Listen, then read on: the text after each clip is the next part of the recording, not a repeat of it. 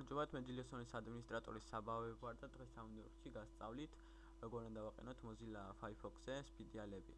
ამისათვის შევიდეთ აი ამ ლინკზე, რომელსაც მე ვიდეოს მოვაყოლებ და დავუწევთ Add to Firefox. აქ დაველოდოთ რომ შეივსოს, მივცეთ აქ Install Now-ს და Restart Now.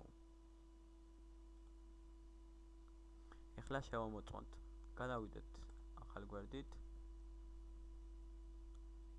და როგორც ხედავთ, სპიდიალები დაყენდა.